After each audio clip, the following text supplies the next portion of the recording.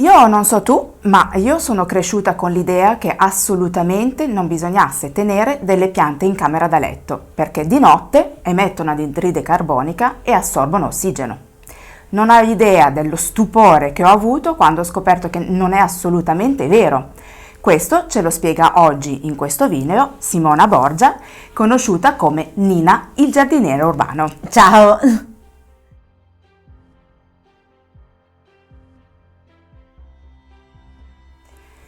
Allora Simona, prima di tutto spiegaci un attimo chi sei e di che cosa ti occupi.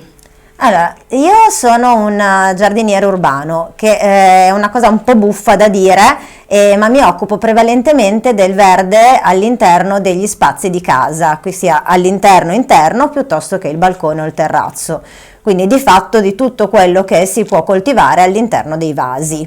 Questo è un po' il riassunto a breve del mio lavoro. Se non sbaglio fai anche, curi anche le piante, per esempio io sono imbranata perché non sono capace, fai anche da infermiera per le piante, Sì. ricordo giusto? Sì, sono medico delle piante, quindi sempre con i riferimenti soprattutto alle piante da interno, però sì, mi occupo un po' di tutto quello che riguarda la vita, la cura, il posizionamento e la durata bella delle piante. Beh, questa è una cosa comunque veramente interessante, perché gente come me che non è capace essere in qualche modo seguita, no? Cioè mi insegni come fare, riesco ad avere un balcone abbastanza rigoglioso, che il mio è terribile, e magari anche le piante in casa so dove metterle, se ho zone più buie, più luminose, eccetera eccetera. Quindi Assolutamente. È molto interessante. Diciamo dove ti trovi, sei di Novi Ligure? Io sono di Novi Ligure, Diciamolo. sì, quindi Ok. vicino ad Alessandria. Bene. Fai anche consulenza online? Faccio anche consulenze online, Ecco. sì, ho Allora, seguito piante più o meno in tutta Italia, non solo, quindi assolutamente sì. ottimo, allora metterò i tuoi contatti anche sotto il video, così chi volesse può contattarti senza Perfetto, grazie problemi. mille. Allora, tornando invece all'argomento del video, ovvero le piante in casa. In casa vanno bene, in camera da letto. Si possono tenere? Assolutamente sì, anzi è molto consigliabile tenerne, ovviamente in quantità giusta, cioè non bisogna trasformare la camera da letto in una giungla, un pochettino di meno va bene, ma anzi è assolutamente consigliabile tenerne anche in camera da letto. Ah, vedi. E perché secondo te ci hanno detto di no? Beh, diciamo che è una credenza che c'è da tempo immemore. Io stessa sono cresciuta con mia nonna che aveva piante in tutta casa tranne nelle camere, ed è una conoscenza che parte innanzitutto da un po' di confusione a livello scolastico, perché si pensa, è effettivamente vero che le piante di giorno fanno la fotosintesi e quindi producono ossigeno, e di notte non facendola invece rilasciano anidride carbonica, che è quello che è il fenomeno della respirazione, che è lo stesso che abbiamo anche noi.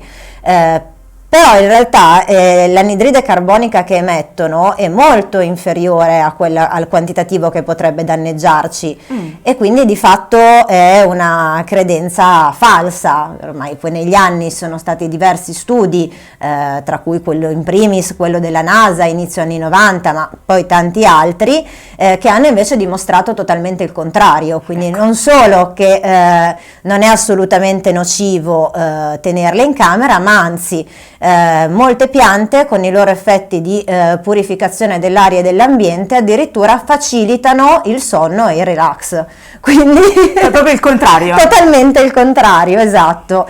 È una domanda che mi fanno molto spesso questa, e io ogni volta dico: ti sei mai posto il problema di quanta anidride carbonica emetta il tuo compagno piuttosto che il tuo cane? È quello che mi hai fatto l'altra volta, infatti, quando ne abbiamo parlato e che ti ho chiesto conferma di questa cosa. È una cosa che a me stupisce, in effetti no, io non me lo sono mai chiesta quanta anidride carbonica mio marito possa tirare fuori, o io nei suoi confronti, ovviamente. È una cosa interessante, quindi ci sono delle piante che addirittura sono consigliabili tenere in camera. Assolutamente, le piante da interno hanno una grande proprietà, oltre a quella del produrre ossigeno, un po' come tutte le piante, diciamo che quella è la loro caratteristica fondamentale.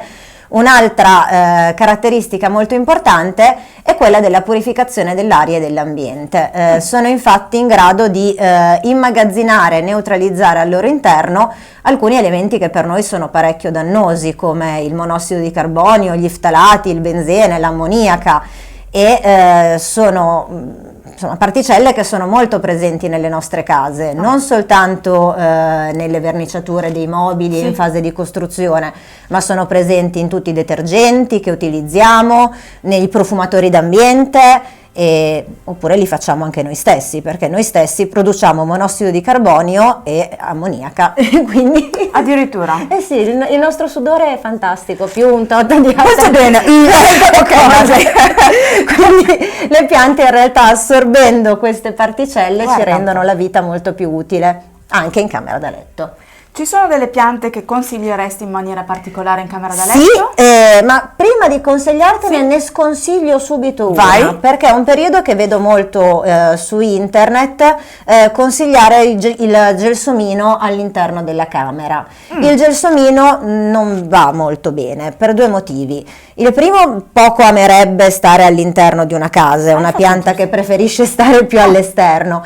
E seconda cosa, e questo vale per il gelsomino ma un po' per tutte le altre piante, non è consigliabile mettere in camera da letto delle piante che hanno un profumo molto intenso, perché il profumo può causare mal di testa in uno spazio chiuso e disturbare il sonno invece che farci avere una sensazione piacevole di relax. Infatti il gelsomino anche all'esterno a certe persone infastidisce. Sì, io lo adoro, ma ha un forte. odore molto forte. A me piace tanto, però tenerlo tutto il tempo probabilmente sotto il naso mentre dormi può dare più problemi che invece una cosa di relax. Posso immaginare. Molto utili invece sono tantissime altre piante.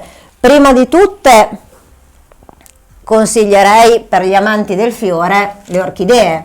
L'orchidea è piccola e carina, ma in realtà è una gran produttrice sia di ossigeno, ma soprattutto consuma e assorbe al suo interno tante particelle che a noi invece fanno male. Quindi l'orchidea, che forse è una delle poche piante da interno conosciuta per la sua bella fioritura, può essere tranquillamente sistemata sui davanzali delle nostre camere da letto.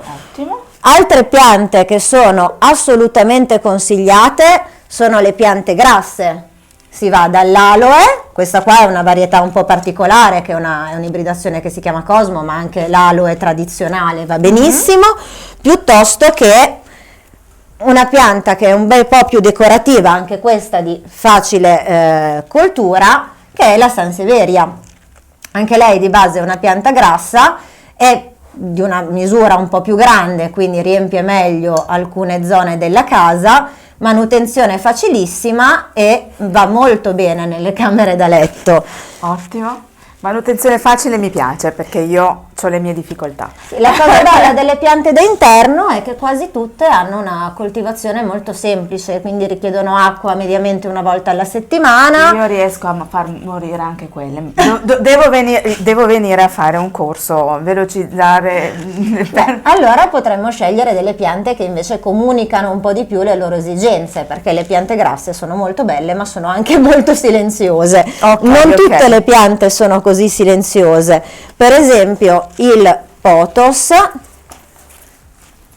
che può essere lasciato sia ricadere, quindi messo su una libreria o appeso, oppure si può far arrampicare su un bastone, oltre che essere una pianta molto facile, molto decorativa e molto purificante, è anche una gran chiacchierona, perché lei quando ha sete te lo dice, si affloscia, proprio le sue foglie iniziano a essere molto più molli, e quindi ti accorgi che bisogna dargli da bere. È ora di darle da bere. Stesso discorso anche per lo Spatifillium. Eccola qua. È una delle mie preferite perché è veramente una gran chiacchierona. Lei proprio le trovi completamente sdraiate, sia quando ha bisogno d'acqua e ti sei dimenticato di dargliela, lei non si fa tanti problemi. Una volta che le ridai da bere, tempo un paio di ore, ritorna su bella arzilla come sempre. Quindi queste qua sono assolutamente indicate proprio per chi è un principiante, ma non vuole soltanto la piantina grassa, che alla lunga può essere un pochettino noiosa a volte. Cioè loro sono fantastiche come scelta. Queste sono tra le piante quindi che consigli assolutamente, negli interni in generale, ma che insomma vanno molto bene in camera Sì, da letto. assolutamente sì. Va bene, perfetto. Io ne ho imparata una nuova, assolutamente, e ti ringrazio veramente di aver dissipato tutti i dubbi. L'argomento verde e piante secondo me è molto vasto, io credo che oggi ne abbiamo toccato veramente una virgola. Mi viene in mente per esempio l'orto sul balcone piuttosto che le pareti verticali, eccetera eccetera. Penso che ne potremmo trovare tanti. Assolutamente Se sì. ti va bene, io penso che potremmo rifare la puntata su un altro argomento, sempre piante. Sarebbe un piacere, assolutamente. Ottimo, e allora ci vediamo al prossimo video. Ciao! A presto, ciao!